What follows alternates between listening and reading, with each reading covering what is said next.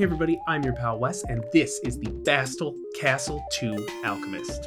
The Alchemist is a mini modular multisynth with an enormous amount of magic for you to discover in the realm of modular melodies, arpeggios, this unique and amazing envelope macro, as well as a ton of other stuff that we are going to dive into right now. Alchemist has 5 synth engines: Filter, FM, Supersaw, Hypersine, and Glitchnoise. All 5 modes have 2 sound controls with the timbre and ratio, with the ratio setting more kind of like larger things like intervals and detune settings, while the timbre is usually something more like a filter or immediate sound control. The envelope control in the middle of the unit serves as a macro function, controlling different aspects of the sound depending on which extremes of the knob it's on. It also allows you to access drone modes. The envelope knob also allows you to access one of my favoriteest features, the ability to morph between the modes. Like the wavebar, the Alchemist features a Alchemist Laboratory where you can put scales, update rhythms, you could even switch firmwares if you so choose, and of course, the Kastle 2 is now USB MIDI capable, so you can sequence this with your computer or any USB MIDI host device. And in addition to the standard Kastle sequencer, you now have access to a really expressive ARP that's very reactive to the information that you put in it, paired with the ability to apply scales as well as effects like delay and flangery chorus stuff. The Alchemist is fun on a bun, so let's get right on into it and take a look at the overview of the unit. All right, so let's get a basic overview of the device. And before we start patching it all, let's just hit that little shift button.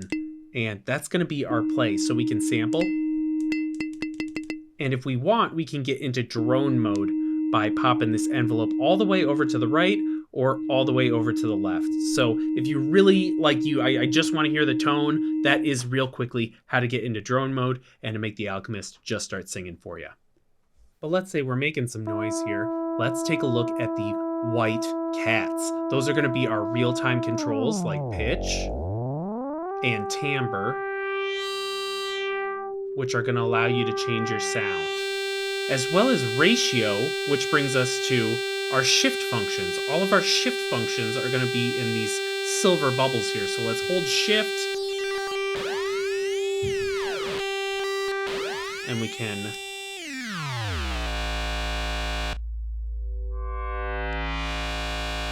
start to affect the sound in different and some would say interesting and fun expressive ways. And as long as we're on the right side here, let's move on down to another real-time control, which is the LFO. Now the LFO is a split knob, so on the left you can see it's going to give us synced LFO waves. They're going to be synced to the clock, and on the right side it's going to be free, and you can see that the LFO actually changed color there. It's going to change color in this little tempo box a few times to tell us different stuff about our sync state as well as some other things. If we hold shift, we can see that right now it's going to indicate the tempo to us, just because we're holding shift, and we can speed it up or slow it down, whatever we want to do. And then hey, look at that, we've got another shift function right next to it, and that's tap, which means we can tap this button right here to get it going real fast, or tap real slow and we can slow it down. It is worth noting that the LFO features some really cool patch programmable functionality that you can access by patching the different waves into the reset input and then moving this LFO mod knob here. It'll allow you to get more exponential waves and kind of like kooky little hump waves. It's really fun. Check out the manual for more specifics. This patch programmable functionality lends itself really well to the play input with the arpeggiator once it starts to, hit those functions. So keep that in mind for later. Now, of course, the mode button here will allow us to change through our synthesis modes. And if we want to go backwards, we can hold mode and hit shift.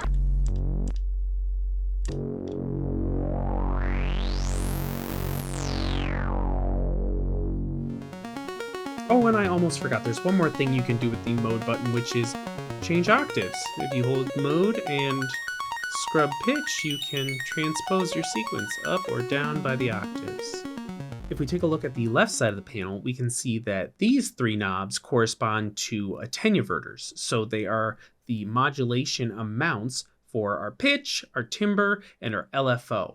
And we'll talk about that in a little bit. But we can also see that they've got shift functions for input gain, the FX, which is a really cool delay on the left side of the knob here, and a whole slew of kind of like chorus, flanger, distortion-y type things on the right side. And then we have access to our rhythm bank on the bottom knob. But we can see there are actually some extra functions noted on the left side of both of these knobs. Those are going to be our scale, our root note, and our fine tuning. And we can access those by holding mode. And see, mode kind of has that denoted. It's got a little box on the side there that kind of says, you know, like, hey, change these side features with my side box.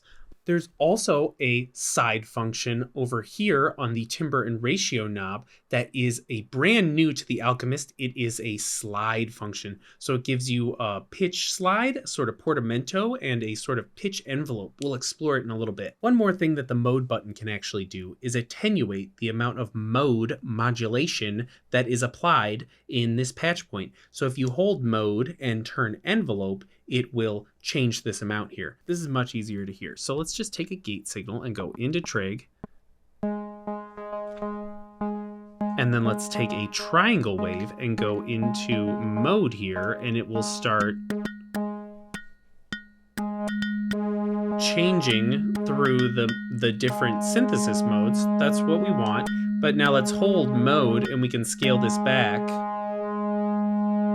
So it's only changing between FM and that one, right?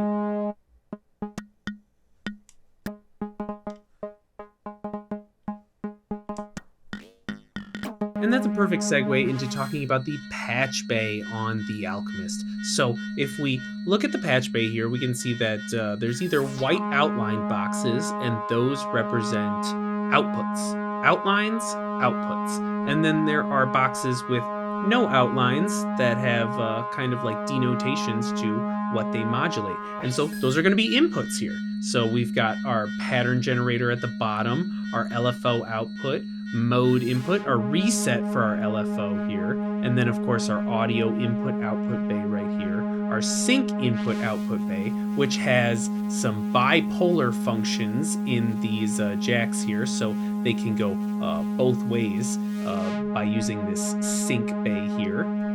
And then we've got what I think is probably the most fun and unique aspect about the Alchemist is the really interesting ways that you have to do pitch inputs here. So the top row with the little play button is going to be arpeggiator access. So when you put this control voltages in there, as you can hear, it's gonna start arpeggiating, and you can control how much arpeggiation with the pitch mod knob here, and that is of course going to be arpeggiated, quantized to your scale that you have selected. So if you'd like to choose a new scale, you do that, and a new root note if you so choose, you can do that as well, all on the fly. Under the play and arpeggiator input is the note input, which functions just like a sample and hold. It will update the pitch when there is a trig or an envelope event. And then last but not least, of course, our patch bay inputs for our timbre mod and our LFO mod. And all of these, of course, are attenuverters, so they can go either positive or negative. And before we go about trying to demystify every aspect of this, it is worth saying that, like the rest of the Kastle series, the Alchemist is really, really meant to, be played with, be discovered and explored. It's meant to inspire you and kind of challenge you in fun and interesting ways. All right, before we go too much further, let's get you introduced to the synth engines on Alchemist, starting with Orange, which is filter, right? So let's get a really simple pattern going here by just grabbing CV and going into the note of pitch mod there, and then we'll take a gate pattern and just go into trig there, right? And immediately we start to hear filter, and filter has a filter on the timbre knob here. If we hold shift, we will start to this is the first thing I want to point out. When we hold shift, most of the ratio controls start at a neutral noon. So noon is kind of like the default. And then if we move to the left here, we'll start to get different waveforms. So there's kind of like more like a pulse wave. And then, you know, all the way down we get this kind of like trapezoidy sort of broken up thing. And then if we go back to noon and then past noon, we'll start to get these kind of like stacked sub-octave. Right? That's pretty cool. And then if we go all the way to the extreme, we'll get this kind of like almost like chiptune-y sort of arpeggio with a ton of resonance.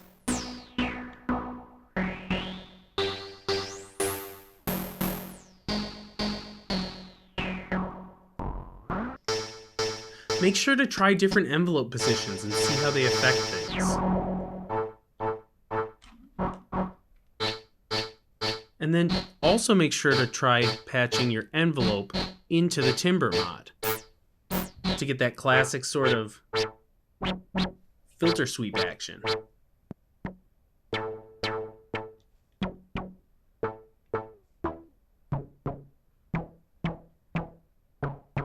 Moving on to green is FM. So if we set a little bit of envelope there, timbre is going to change our FM amount with sines being all the way at the bottom here. And big old FME sounds being over at the top. And that's just a beautiful, nice sweep there. And then if we were to hold shift, we'll get detune on the left side here. And then on the right side, we'll get kind of ratios, exact amounts.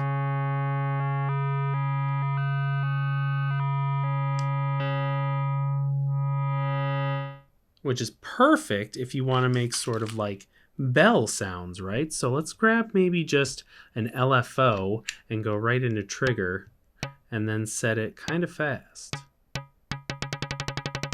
And then maybe let's just take the CV and go into note again.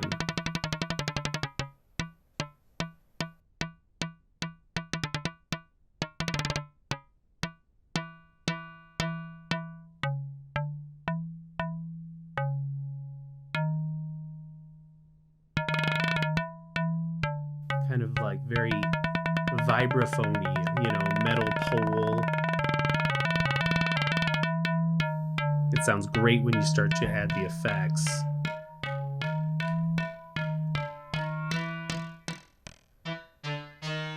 And then you can get a more bowed sound with the longer attacks. The pure sine wave on the far left side of the timbre knob is really helpful. And it's super duper fun too to shoot into the delay or a fun reverb, right? Moving on to one of my personal favorites, the pink is Supersaw. And you know me, you know I love a Supersaw. Timbre on the Supersaw affects a low pass filter. We'll open it all the way up here. And then if we hold shift to access ratio, in the middle, we'll get kind of just the default, you know, this is our Supersaw. And then we'll start to detune it on the left-hand side. Yeah, that's nice. Oh yeah. Oh yeah. You can just go totally wacky detune, right? But they thought about this too. On the right-hand side, you've got the ratios and detune amounts. So those like perfect sevenths and fifths. And an octave down even right there, right? Ooh, that one's just so nice. Listen how rich and lush that is with a little bit of that filter action. Oh man, and you're just, oh yeah, baby, so that's real nice. And then once you start to get the arpeggiator action in there, so I know we haven't talked about this yet, but we'll just kind of,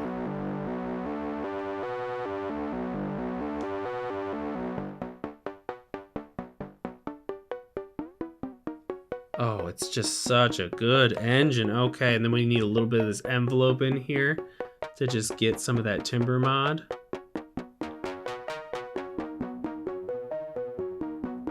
And then we need a little bit of that delay.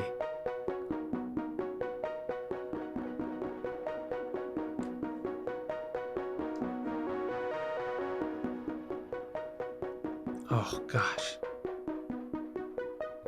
It's just nice. Oh, listen how nice that sounds. A beautiful Supersaw.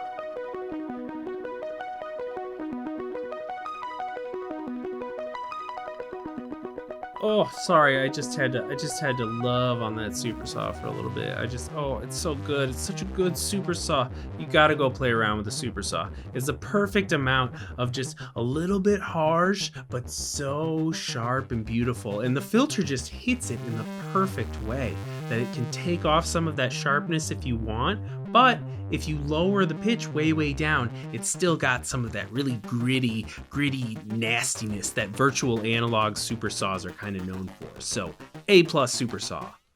Moving forward to blue, what we've got here is Hypersine. So this is inspired by the original Kastle synth. So we've got 2 sine wave oscillators, and as we turn the timbre knob, we're going to start to ring mod them together. And then we're going to add a 3rd track and hold on top of it here, right? So if we start to get a little pattern going, and get a little gate guy right in here, we can go into the ratio functions now, and on the left side, detune, and on the right side, ratio. Very similar to the Supersaw. And then we can start to get this kind of also great down low.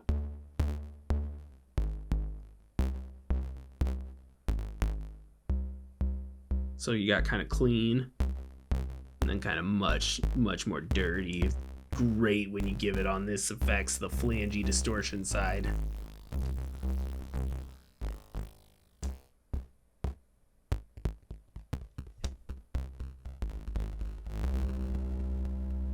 What doesn't sound good with a nice delay or a flangey chorus, though? But those 2 sine waves sound real nice down low. The Hypersine is a bass machine. Listen to that. Oh, yeah.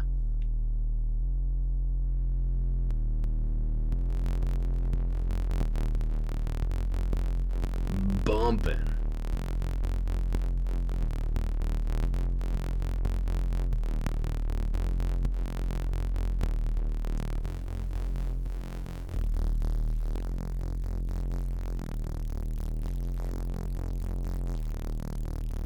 Final mode white is Glitchnoise. So Glitchnoise is really weird. It's super kooky, but on the left side, the timbre knob gives you kind of just like this nice pitch, nice tone, right? And then as you increase it,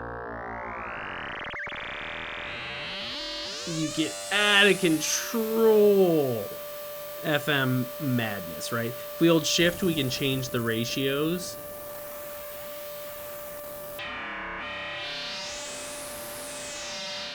And I think that this one sounds really good if you just modulate the heck out of this timbre mod with the envelope. It's like a synth that is like being heard from another dimension sometimes. And that's kind of cool. It's glitchy and it's filled with noise. Sometimes you need just that.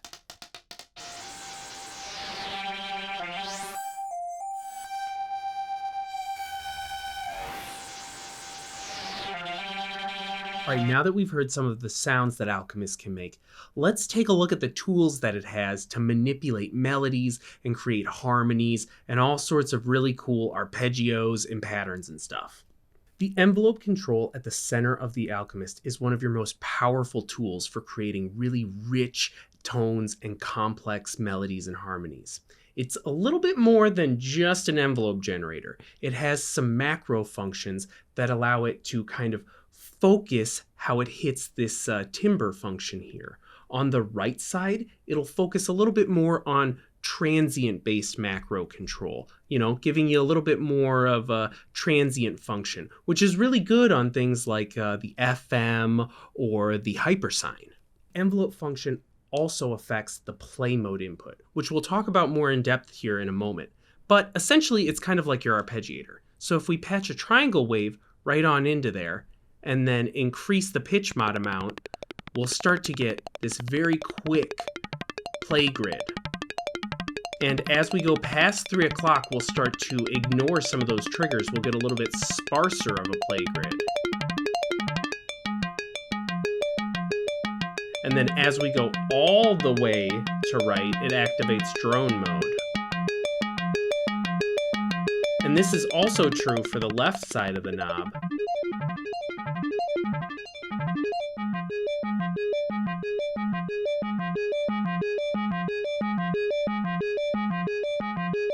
And then, of course, in full drone mode, you can morph between different synth modes, and it's quite fun. And you can, of course, do this while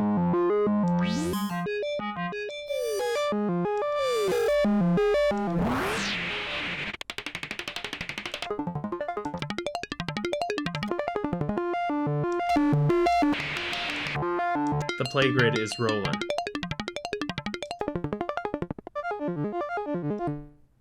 It's worth noting that morphing drone mode is exclusive to the left side of the knob, and you cannot actually modulate envelope into morph mode. They kind of disabled that because it started kind of, being a little weird. But you can modulate the envelope quite long and right up until morphing mode, so that's pretty fun. Okay, so now let's talk about the play input here, which lives above the note input, and it's essentially our arpeggiator here. What the play mode does is it generates thirds, fifths, and octaves above the bass note value here. Now, what makes the play input really interesting is that it generates a play grid that determines the timing of the arpeggio based on a couple of different things, namely the pitch mod here and the position of the envelope. So now that we've patched just an LFO signal in there, the play input is going to update and give us, a new third, fifth, or octave every time that it senses, the voltage changing here. So let's slowly turn this up and see what we start to hear. Just kind of like a nice little 1, 2, 3, right? So now if we keep going with pitch mod, you see we added another little note in there, but it also got a little bit faster.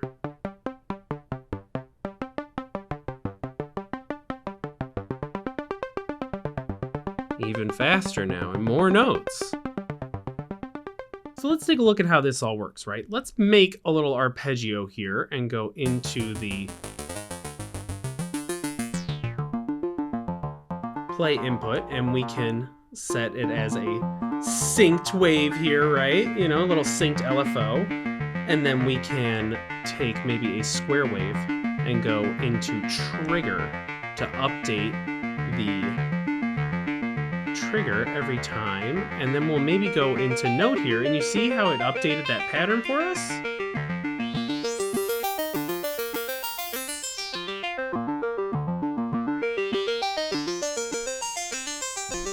I like to sometimes take this square wave and then make that the reset of the pattern input, and then get some random waves in there.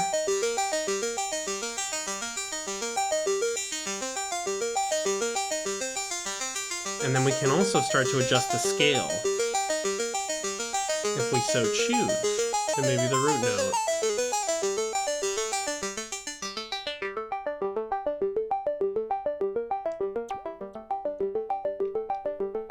And this is how you immediately start to get these really, really spacey, beautiful just arpeggios and patterns.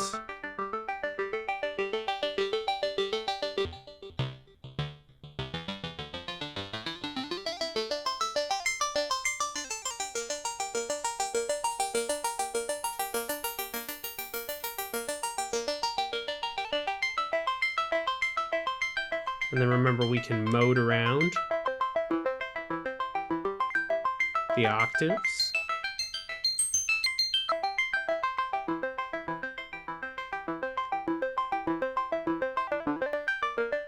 Some important things to know are that you can, of course, stack modulation. And there's nothing that you can really break. You can't mess this up super terribly. So patch away, explore, and create new, different melodies and see what happens. And as long as we're taking a look at arpeggiators and the play input here, let's take a look at the scale functionality. So everything in the Alchemist is essentially quantized, and the scale that it's quantized to is chosen by clicking mode and spinning this pitch input up here. And you can change the scales available to you in the Alchemist Laboratory app, and you can also change the root note right here with this knob. And then if you need to fine-tune it even more, you've got fine-tune right down here. Now the Alchemist, of course, has one more way to affect your pitch, and that is with the brand new pitch slide mode here, right? So check this out. If we hold mode and we start to spin from noon going left, we'll get sort of a negative pitch envelope. And if we go to the right, we'll get a positive pitch envelope. And then all the way to the left, we'll get this kind of portamento, which is always fun.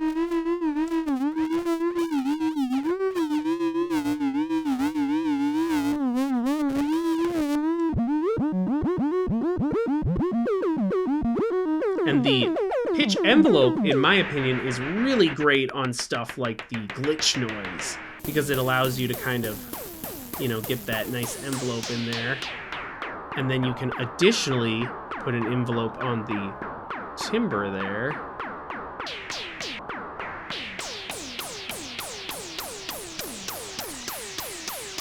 This is, of course, perfect for making sonic jumping noises,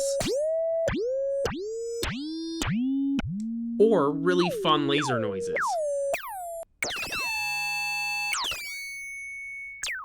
The pitch slide knob is really effective for getting kind of like kooky off-kilter things that sound really fun and cool.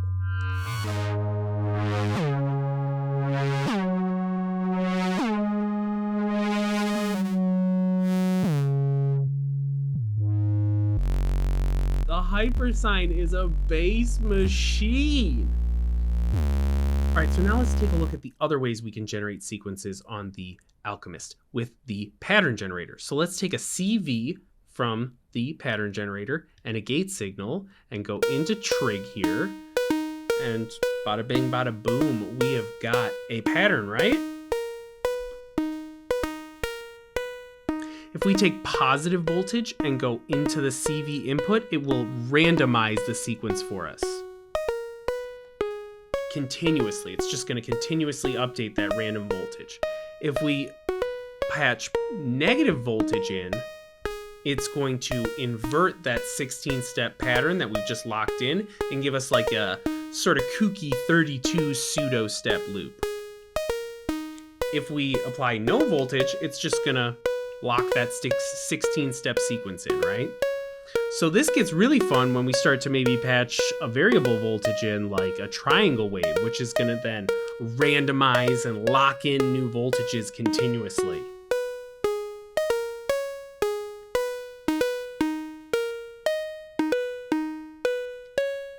This same logic can be applied to the gate input in that we will constantly shuffle around in our gate sequence. With positive voltage, it'll randomize the position.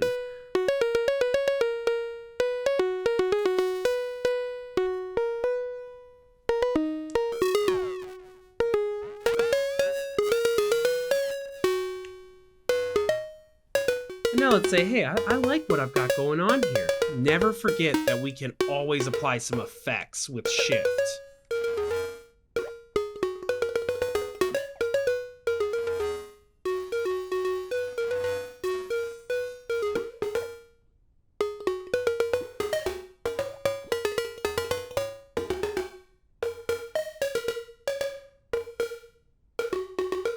Something that is worth saying is that the note input here will only update when it receives a trig or an envelope, you know, so it is required to update on the note input for a trig to happen.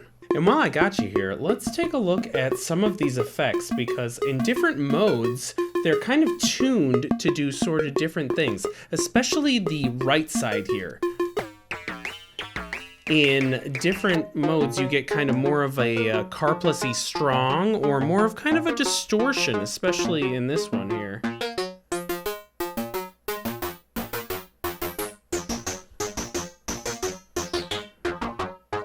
It really gives you that kind of distortion on the filter. And then it's kind of more of a carplessy on the FM. I kind of really love the distortion-y type of thing you get on the Supersaw.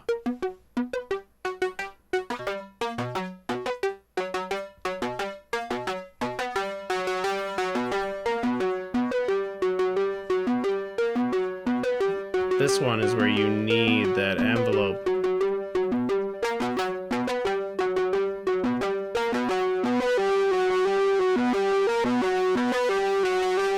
Okay, so let's say I'm just digging this here and I want to add a drum beat, right? I'm like, I want to add my little pocket operator, so I'm going to plug the audio in here, right into there, and I'm going to take sync out here. Oh, look, it's already playing. And I'm going to go sync out just right on in there, because our sync out's always going to send that beautiful analog sync signal for us. And then let's see what happens. Sounded pretty good, but you know what? That input gain's a little hot. We can hold shift and we can see that it's a little hot there. So let's back it off until we start to see that yellow. Yeah, that's exactly what I want. Just a little bit of yellow in there, right? And this is pretty cool. They're jamming together, you know?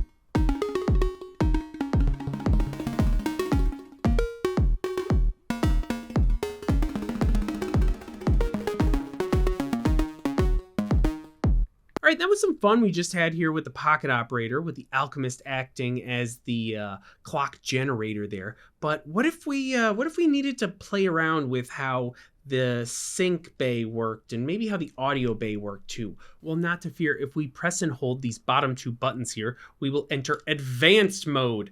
And what advanced mode allows us to do is change a few things. So first and foremost, what we can do is set the input routing to, let's say, listen to only the right channel with red, or maybe only the left channel with blue. So I believe red is the one we would like to only listen to if we wanted to, say, send clock from the pocket operator. So maybe let's go in to audio here, and then we'll hit just like play, you know? And then I think we need to be on sync 1. So if we turn our volume up here, you can see we're only hearing, you know, we're hearing both left and right, but it's, you know, it's just the signal. If we were to go to stereo, you can see that in the left side over here, we've got that clock signal. We don't want that. So this is exactly what we're avoiding here. So we'll go red. And so now we're just getting the right channel mixed.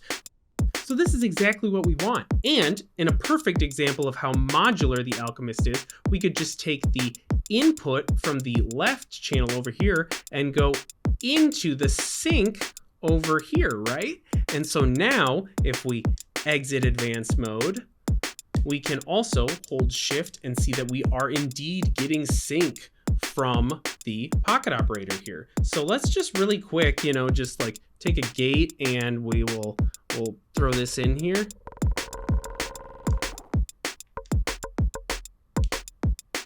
That sounds pretty on pitch to me on BPM there. So let's change the BPM and see what happens.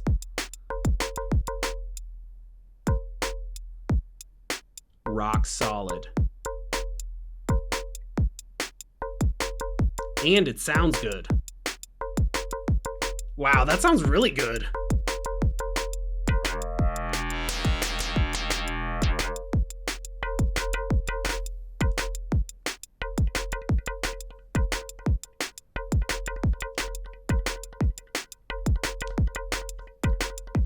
But let's hop back into advanced mode here, right? And we notice that we've got something else going on this left side here. And what this is gonna do is allow us to change the way that the input routing works. So right now it's on blue, which means that the input signal is bypassing the Alchemist's effects. But if we wanted to, we could set it so that the external input goes through the effects. And then if we exit advanced mode again, we can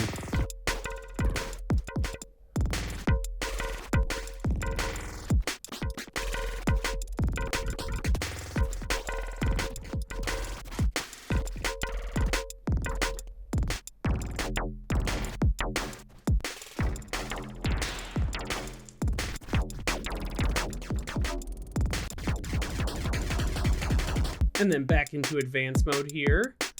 Let's maybe turn that off, and we'll just remember it that blue is blue, I'm sad, there's no effects, and red is gonna be rock on righteous effects, okay?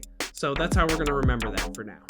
And oh, how could I forget about this very last light active down here? This is going to allow us to ignore sync signals. So right in the middle here, it's gonna be white, okay? And if we go over to the left side, it's gonna turn this sort of khaki color here, right? And that is going to ignore MIDI sync. So the USB MIDI, it's gonna ignore that sync signal. If we go back up and over past to this like orange signal, you see it just started ignoring analog clock, and that is what that orange signal does. It ignores analog clock. So if you wanted to just, ignore that clock signal, that's how you do it. And then we could lock it back in by just setting it to normal mode, which is accept all sync signals, which is an interesting thing.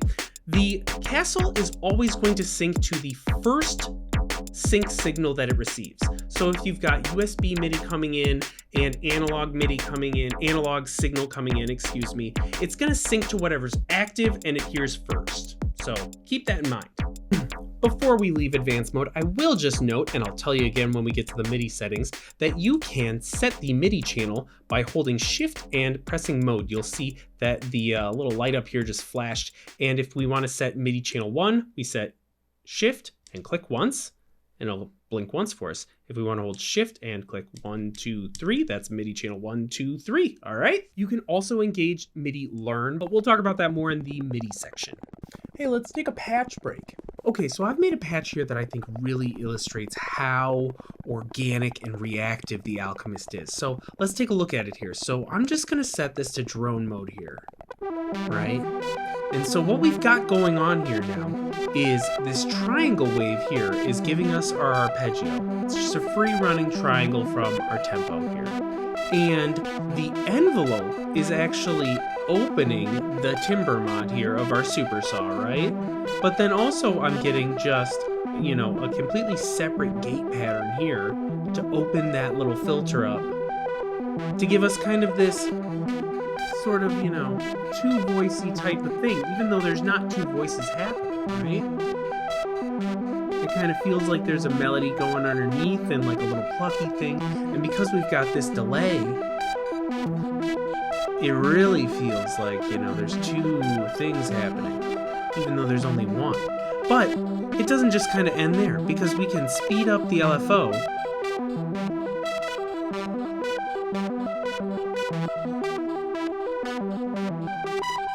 to get some more high notes, or bring this note down, bring the pitch mod down.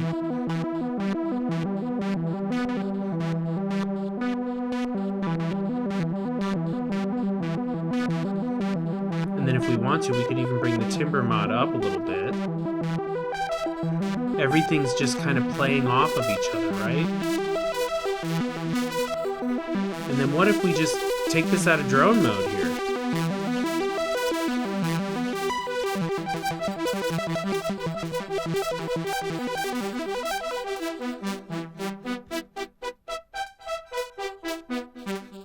And then we can even add more gate patterns.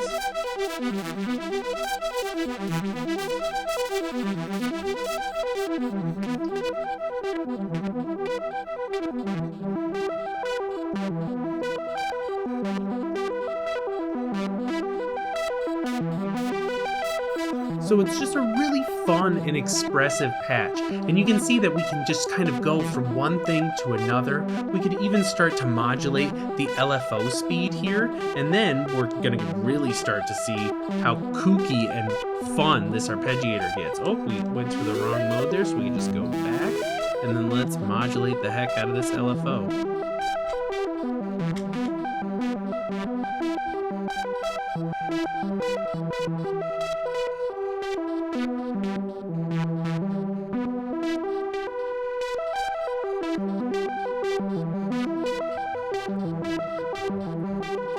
All right, let's take a look at the Alchemist Laboratory. So if you navigate to this address, you will be greeted with the Bastl Instruments Alchemist Laboratory. And this utility allows you to, create firmwares with custom scales and rhythms and, update your device if that becomes necessary. So yeah, it's pretty simple if you've ever used the Wavebard editor. So if we go into scales here, we can see, we've got a couple different scales active. We can add one if we want. And then, if we edit these, it's gonna do that little tone for us here. So let's make just a silly minor thing, and then if we click this, once you've added, the scales that you want,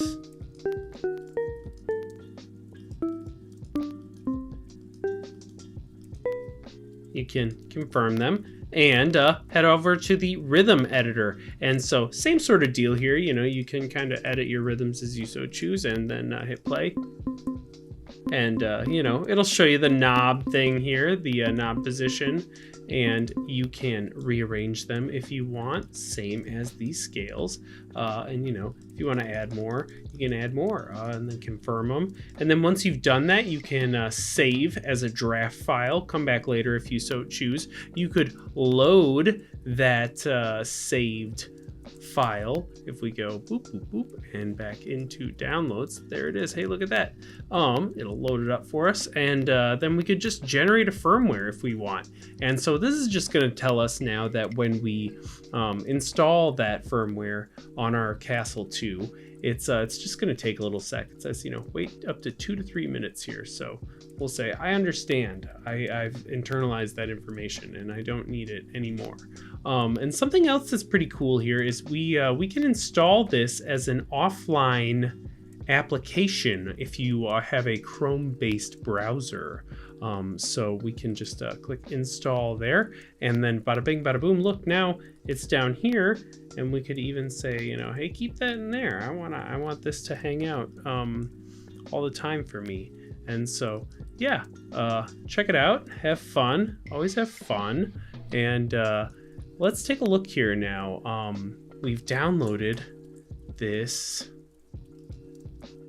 firmware file, right? So what we want to do is come over here to our Alchemist, and we're going to hold Shift and Mode, bada bang, bada boom, just like that, while turning on the device. And then we'll say, not now, Google. We'll see that it's appeared as a little drive here, right? So there it is. We don't need anything in there. What we need to do is to just drop this UF2 file right on in there, and a little window like this will pop right on up here, and it'll just hang out. And it'll said, it'll take like 2 to 3 minutes. Oh, wow, that was really quick. Let's see, is it working?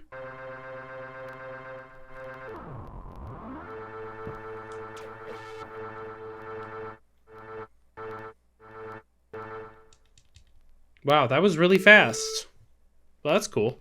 All right, so let's take a look at how we can make two Kastles play together. So let's just start out with, a sync wave out from the Wavebard, and we'll go into the Alchemist here.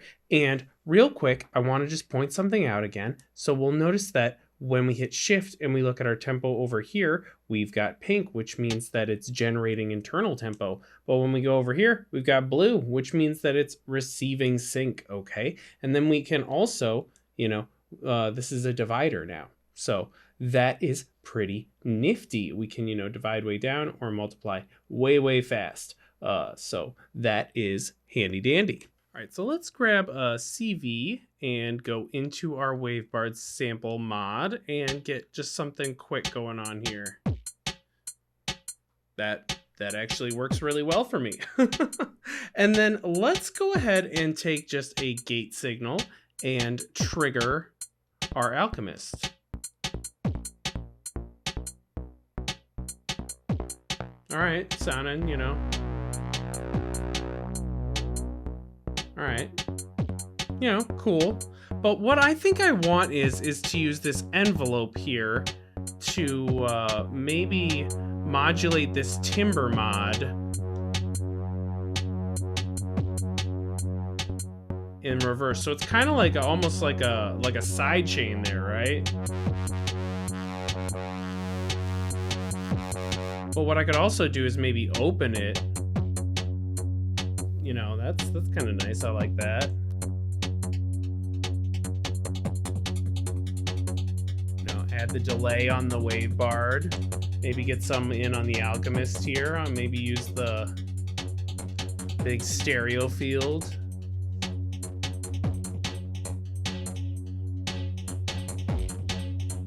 And then the more we open up the length here, which is controlling our envelope, the more we'll open up the timbre mod, right?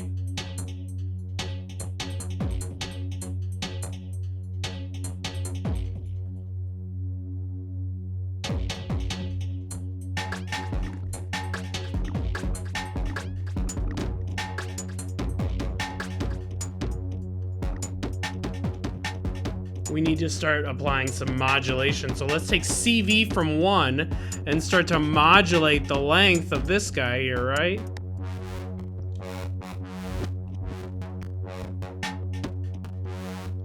We're getting weird modulation out of this length knob, but it's doing cool stuff to our timbre, right?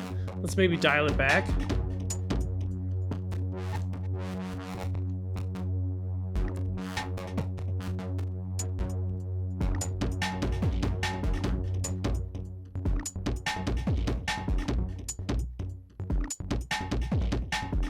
And then let's maybe, you know... Oh, I hit this button. Ooh, I kind of like that, though. Kind of unexpected, but kind of cool.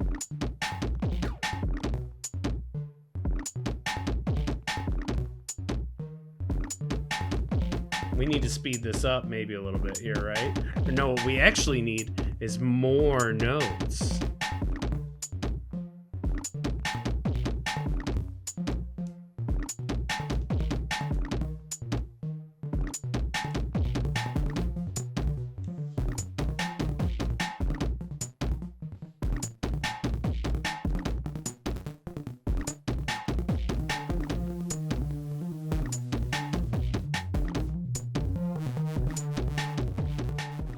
All right, everybody, let's talk about MIDI.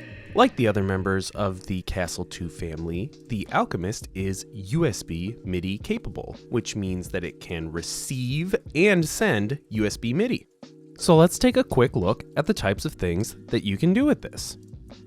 All right, so I'm going to use the key step here and Ableton all connected to my computer, and whatever setup you use, it should end up looking pretty similar. The only caveat here is that you need to have whatever device is plugged into the Alchemist is a USB MIDI host. It's got to be a host or it will not engage the MIDI protocol. So in this instance, my computer is the MIDI host, but you could use whatever device has that capability.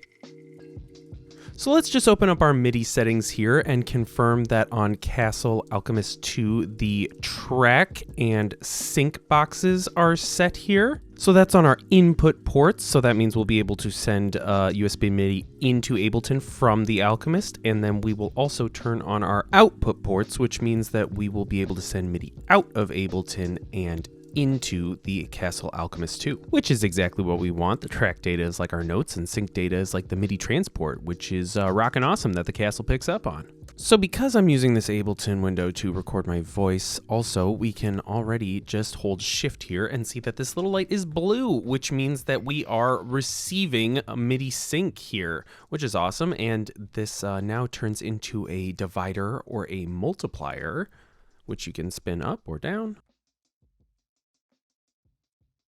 So let's just go into advanced mode by pressing and holding these two buttons for 2 seconds here. And now something that's really cool is if we hold mode and just hit some keys here, you'll see that we got a light that pinged up there.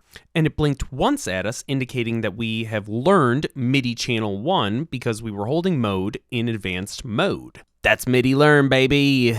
But let's actually just go over here on our MIDI track and change this to MIDI channel 4 here. So let's see what happens if we then hold mode again, still in advanced mode, and press some buttons here. Now, see, we got a light up and 1, 2, 3, 4. All right, so that's pretty sick. MIDI learn works pretty well. But if you want to manually set the MIDI channel, you can hold shift and tap mode the number of times here. So let's go like 1, 2, 1, 2, cool. And then let's go over here and just change this to MIDI channel 2 and play some notes. And cool, looking good. And so now here's the part where we gotta open up the manual here and come take a look at these hot CC messages. So what I would do is just bang out a Command F here and plugging CCs and then get to this table here so we can see all the MIDI CC messages that we can control. And let's just get out of advanced mode here, boop. And all right, so CC stands for continuous control. So these are the MIDI messages that you're going to be able to use to control all of the functions of the Alchemist, including even these shift functions here. So that does mean that you can control things like ratio and timbre at the same time, as well as effects, all in real time without holding the shift button. You just need to assign them to, a controller. So that's pretty awesome. And if we just scroll down here, we can see that there are some output CCs here as well assigned. So if we just hop on back over here to our Ableton window and take a look at our MIDI input channel here. And I have put a MIDI monitor on this track. So let's take a look at what happens when we start to, let's actually arm the track here. And then let's start to turn some knobs. So we can see that they are actively sending MIDI into the Ableton MIDI monitor here. So we can actually see our, CC values numbers here and pay close attention because there's a little bit of info to be gained here by paying close attention, like some of these knobs, like the envelope and the ratio actually have different controls based on where they are in relation to noon. And then even at the end of their ranges, look, they send out different values as well. And that is pretty rockin' awesome that you can use this little device as such a versatile MIDI controller. The manual is chocked full of finer details here, so make sure to take a look at that. And then check out our MIDI update video because that has also got a bunch of info. So let's just take, kind of a look-see listen here to what kind of things you can achieve with MIDI and the Alchemist working as a dynamic duo together. So I've gone ahead and assigned timbre to 1, ratio to 2, the effects control over here to 3, and the envelope control to 4. So you can see now if we start to play and twist, we get a bunch of very fun control.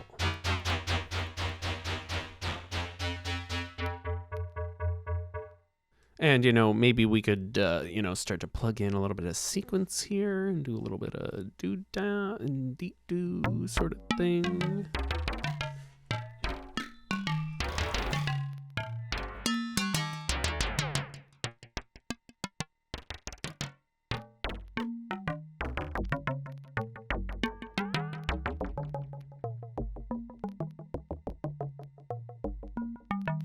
And then something that I really love that might not be visible because the mod wheel is off screen here, but that will actually change the synth mode.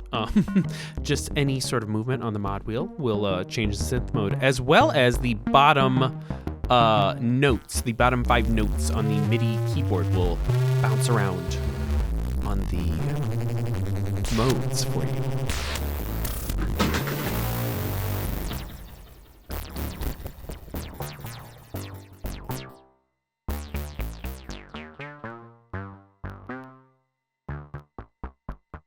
I think one of my favorite aspects of the MIDI being added to the Kastle 2 series is that you are allowed the ability to really blend modularity and MIDI together and use, both the strengths of both to really, kind of just achieve really cool stuff. And I think that's pretty cool.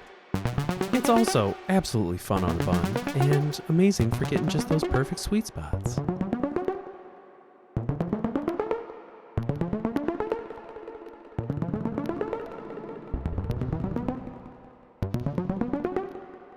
Alright friends, and holy moly, that's the Alchemist. That is everything you need to know to turn modular mayhem into melodic gold.